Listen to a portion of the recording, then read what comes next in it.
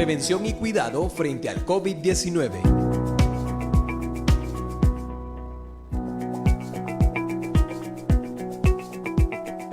Prevención y cuidado frente al COVID-19.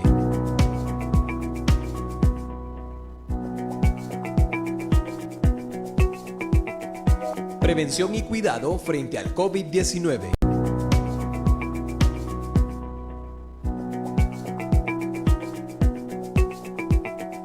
Prevención y cuidado frente al COVID-19.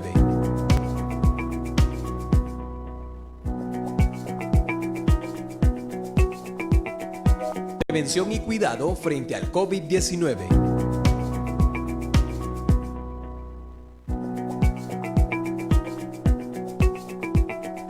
Prevención y cuidado frente al COVID-19.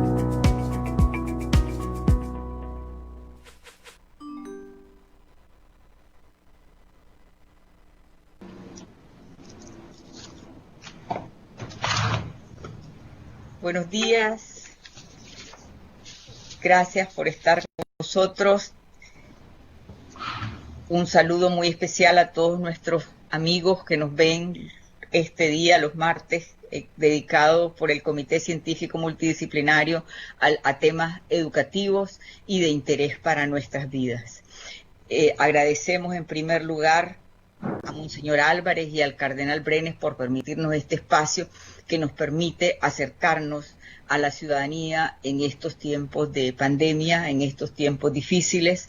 Queremos nuevamente agradecer y agradecerles a los que amablemente nos están viendo. En este día, recordando que la pandemia nos ha puesto en evidencia, como lo hemos visto en otros programas, muchísimas de las desigualdades que como sociedades nos aquejan. Sin embargo, hay un elemento o hay varios elementos que nos homogenizan y nos acercan como seres humanos. Y estos son precisamente los derechos humanos. Entonces, todo el mundo habla de derechos humanos, que los derechos humanos, que todos tenemos derechos. Sin embargo, no siempre sabemos cuáles son efectivamente esos derechos y cuáles y de qué manera nosotros podemos, en primer lugar, promoverlos, en segundo lugar, desde la educación y desde el hogar podemos impulsarlos, promoverlos, defenderlos, podemos ser partícipes de esta gran cruzada mundial que se inició hace muchos años sobre el tema de los derechos humanos.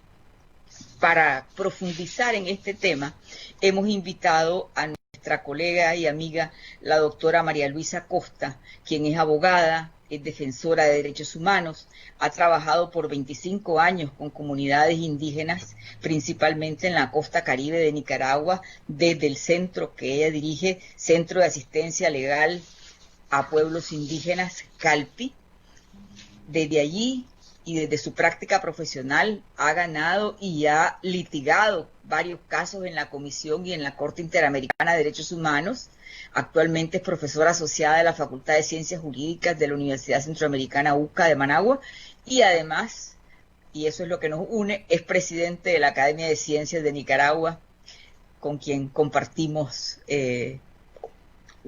trabajos y actividades, ¿verdad? Entonces, desde esa amplia experiencia que tiene María Luisa, a mí me gustaría que nos comentara un poquito qué son los derechos humanos. Yo sé que es un tema bastante amplio, sé que puede dar lugar no para una conversación de una hora como la que vamos a tener aquí, sino para un curso entero o una profesión entera o una vida entera como la que ella ha dedicado a los derechos humanos, pero nos interesa que nos cuente un poquito cuáles son aquellos que son para ella los más fundamentales y por qué son importantes. Sobre todo nos interesa saber por qué es importante que los conozcamos, por qué es importante que los promovamos y por qué es importante que le enseñemos a nuestros niños a valorar y a defender esos derechos humanos. Adelante, María Luisa, y muchas gracias por estar con nosotros. No, Melba, gracias por haberme invitado a este programa. Para mí siempre es un gusto hablar de los derechos humanos, ¿verdad? Que quisiera que estuvieran más impregnados en nuestra sociedad y en nuestro gobierno y que fuéramos mucho más pro derechos humanos de lo que somos, pero de eso se trata, ¿verdad? Los derechos humanos son derechos universales e inalienables. Resultan atribuidos directamente de los derechos a las personas. Todas las personas tenemos derechos humanos por la naturaleza de ser seres humanos, se nos reconocen esos derechos. Y por lo tanto, esos derechos no se nos pueden quitar. Nadie nos puede quitar nuestros derechos humanos. Son inalienables, son universales, ¿verdad?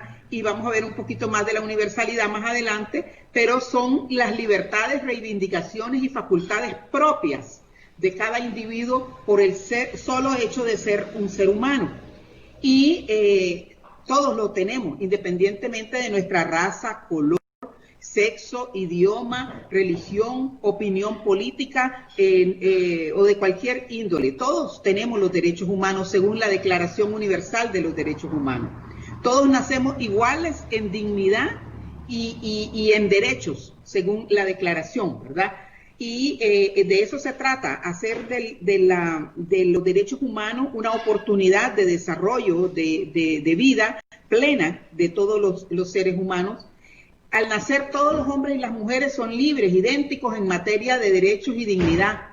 El rechazo a la esclavitud, a la servidumbre, a la tortura, a la trata de personas que pueden ser considerados como tratos crueles, inhumanos y degradantes, como la tortura. O sea, no solamente el derecho principal, como me preguntan, para mí, y no para mí, pues generalmente para la doctrina, es el derecho a la vida. Si no hay vida, no hay nada, ¿verdad? Una vez que se acaba la vida, no podemos aspirar a ningún otro derecho. Entonces, el derecho fundamental de los derechos humanos es el derecho a la vida.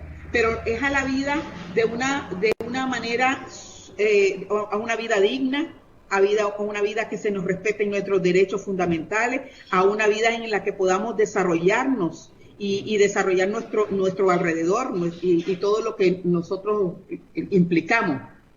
Los derechos principales también, y lo que llaman de la primera generación, que fueron los primeros que se pidieron, fueron el derecho ciudadano, la libertad de movimiento, participación política, reunión, protesta pacífica, manifestaciones, libertad de expresión. Esos son los derechos de la primera generación, o sea, los primeros que se pidieron como los derechos humanos. Ya luego vinieron otros derechos como los derechos colectivos, derechos al medio ambiente.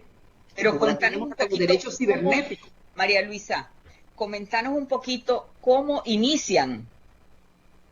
Contanos un poquito cómo se da este inicio, por qué la humanidad, por qué el mundo de pronto decide que es importante hacer esta declaración, cuándo se hace y por qué surge esta necesidad. Bueno, surge, siempre había habido o sea, no surgen de noche a la mañana, ¿verdad? Pero sí había habido, cuando realmente se institucionalizan es después de la Segunda Guerra Mundial, cuando los estados vieron los horrores que se cometieron en la guerra, vieron la necesidad de que no solo los estados y su soberanía estuvieran cubiertos por la ley. Entonces limitaron la soberanía de los estados y entregaron parte de su soberanía a sus ciudadanos y a las personas que viven dentro de su jurisdicción. Dijeron, ok, el estado es soberano, pero este Estado soberano tiene límites. ¿Cuáles son los límites de los Estados soberanos? Los derechos humanos de las personas que viven dentro de su jurisdicción, no solo de sus ciudadanos, sino de los extranjeros, los que pasan, los turistas, de todo el mundo que está dentro del ámbito del Estado. Se le tienen que respetar estos derechos, el derecho a la vida, el derecho a manifestarse, el derecho a tener una identidad propia, el derecho a pertenecer a una cultura, el derecho que son unos de los fundamentales de los derechos humanos. Entonces, los mismos estados encuentran la necesidad de limitar el poder del Estado y otorgar parte de la soberanía a las personas. Y es cuando se crea el derecho internacional de los derechos humanos. A la par de los derechos de los estados, se desarrollan estos derechos fundamentales, principalmente efectivamente, que fue con la Declaración Universal de los Derechos Humanos, y así ahora tenemos mucho más convenios internacionales de protección de los derechos humanos, pero ese fue el primero y en ese momento fue que se dio este cambio. Gracias, María Luisa. Y una vez que la pregunta que surge, ¿verdad? Así como, porque obviamente el derecho a la vida, el derecho a una identidad, el derecho a la educación. A la educación, ¿verdad? Que esos son parte de los derechos económicos y sociales, un trabajo digno, una educación. En el caso nuestro, ¿verdad? Que defendemos el derecho a una educación, no siempre se interpreta como que es un derecho humano la educación. Muchas veces se piensa que es una generosidad o del presidente el que tengamos una educación gratuita. Entonces, ese es parte de nuestros derechos humanos, la educación, y una educación de calidad, obviamente, ¿verdad? Entonces, conversemos un poquito, María Luisa, de cuáles son esos derechos que son como, que están como que tienen que estar como parte de eso que decís vos, el Estado renuncia a ciertas atribuciones para concedérselas al individuo, a la persona, al ciudadano. Y en estos días, por ejemplo, que hemos estado celebrando las fiestas patrias, nosotros vimos un tema en una de estos programas de educación de la ciudadanía, en la que veíamos, por ejemplo, temas como la tolerancia, como el respeto, como los valores patrios, porque lo que se dice en los currículum es una cosa, es todo eso, pero lo que se enseña, lo que se practica es algo muy distinto. Entonces, ¿cómo podemos nosotros cómo podemos interiorizar esos derechos? ¿Cuál sería como los elementos fundamentales para que esos derechos fueran como parte inalienable de nuestra, como vos lo dijiste al principio, son inalienables a cada persona, ¿verdad? Entonces, ¿cómo podemos nosotros asegurar, garantizar que eso sea así? Bueno, fundamentalmente deberíamos educarnos, informarnos primero, saber qué son los derechos humanos, como en este programa lo que tú estás haciendo. La otra cuestión es luego informarnos un poco más, a mayor profundidad, porque una vez que uno sabe que tiene un derecho, no hay mejor abogado que uno mismo.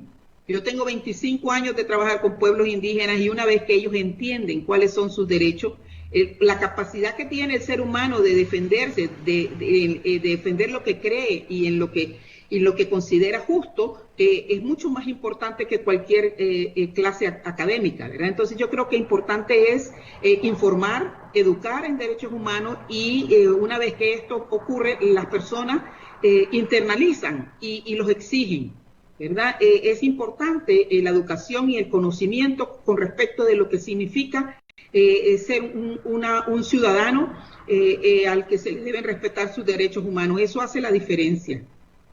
Gracias, María Luisa. Y cómo nosotros, por ejemplo, los currículos en América Latina están llenos de frases como respeto a los derechos humanos, respeto al medio ambiente, respeto a un montón de cosas. Y sin embargo, en la práctica se ve muchísimo menos, ¿verdad? Entonces, vos que sos profesora del tema, ¿cómo podríamos nosotros, vos decís, informarnos muy bien, educarnos en el tema? Pero yo siento que a veces la defensa de estos derechos nos cuesta mucho, nos cuesta caro, porque los estados no están en esa situación, no están en la misma sintonía que el ciudadano, digamos, defensor de sus derechos humanos. Entonces, ahí yo veo una dificultad de cómo podemos hacer para asegurarnos, ¿verdad?, estos derechos. Sí, es que difícilmente una persona que está internalizada de sus derechos, que está consciente de que los tiene, no lo va a exigir. Entonces, obviamente, una vez que conoces que tienes un derecho, que sabes que es un derecho, que no es un regalo, que más bien es que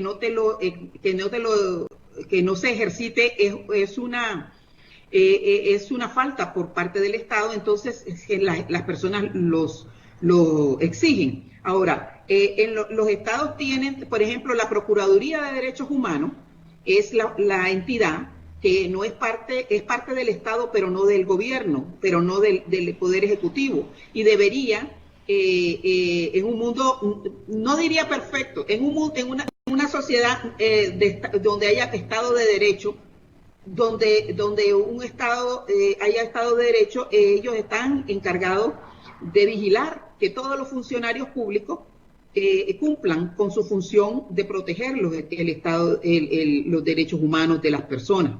Entonces, esos serían los mecanismos básicos. También están las cortes, ¿verdad?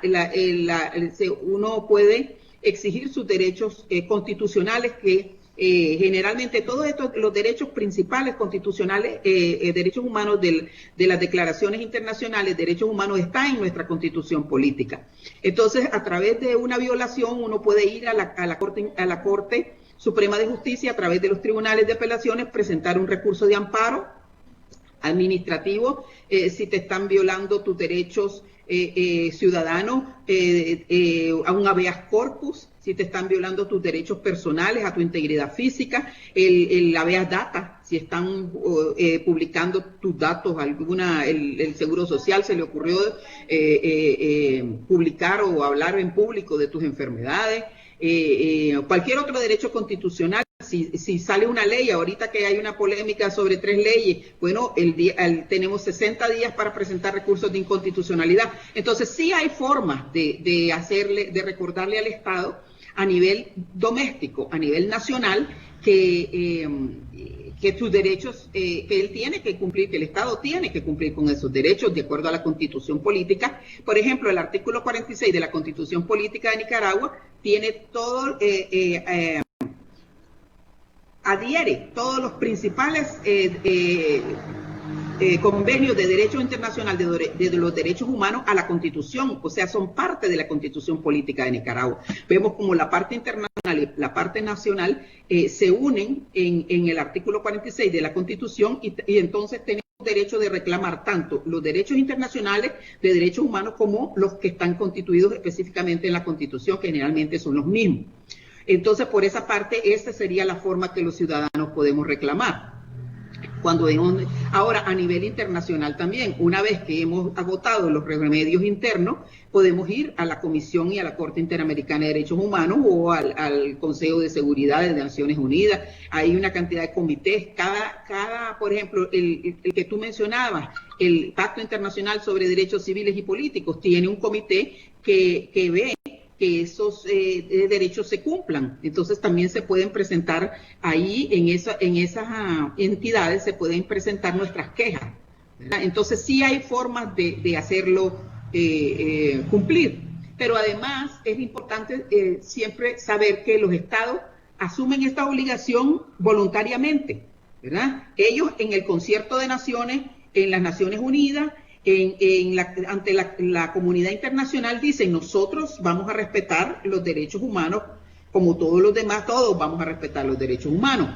Entonces ellos tienen que respetarlo, es decir, abstenerse de causarle daño a las personas o a sus bienes, al medio ambiente, etcétera. Proteger, actuar en protección, pero también garantizarlos, no solamente, y ahí viene tu pregunta, tienen que garantizar que los currículum realmente estén, el